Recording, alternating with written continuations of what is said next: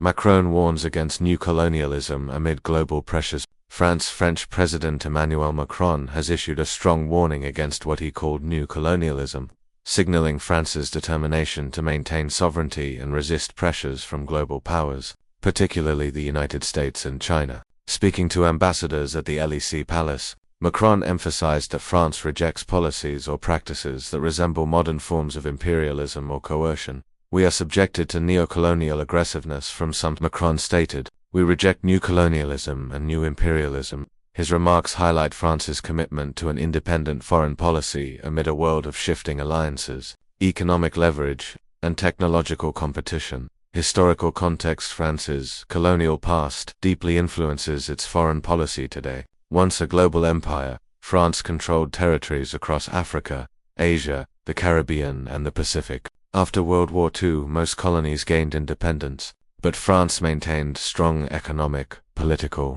and military ties through networks often described as Franc-Afrique. While these relationships allowed influence, critics argue they sometimes resembled neo-structures. Macron's condemnation of new colonialism addresses external pressures while emphasizing partnerships built on equality rather than coercion. Global pressures: Macron's comments reflect rising concerns over US and Chinese influence. The United States has increasingly pressured European allies on defense, trade, and technology, sometimes in ways French officials see as coercive. Meanwhile, China's Belt and Road investments in Africa, Asia, and Europe bring economic opportunities but may create dependency and political leverage. Macron likened to neo-colonialism. France and Africa. France's historical and ongoing presence in Africa exemplifies the challenges of modern influence. French troops remain in several countries under counter-terrorism missions, while economic ties persist. Yet Africa's landscape is evolving,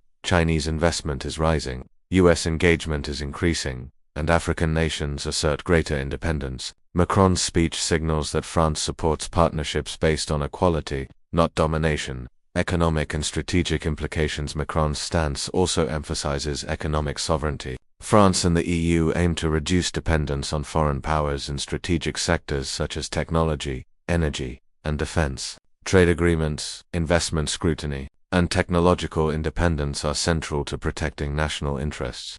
While promoting fair global collaboration, international reactions: Macron's speech received mixed reactions. European allies welcomed the emphasis on strategic autonomy. The US may see the comments as a critique of its influence, while China may perceive caution toward its Belt and Road initiatives. African leaders appreciated acknowledgement of neo-colonial pressures and calls for equitable partnerships. Conclusion: Macron's speech underscores France's approach to a multipolar world: engagement without submission, partnerships without coercion, and influence through respect rather than dominance. By rejecting new colonialism, France positions itself as a principled, independent actor capable of navigating complex global dynamics. Macron's message is clear: France will engage the world on its own terms, advocating sovereignty, fairness, and equality in international relations.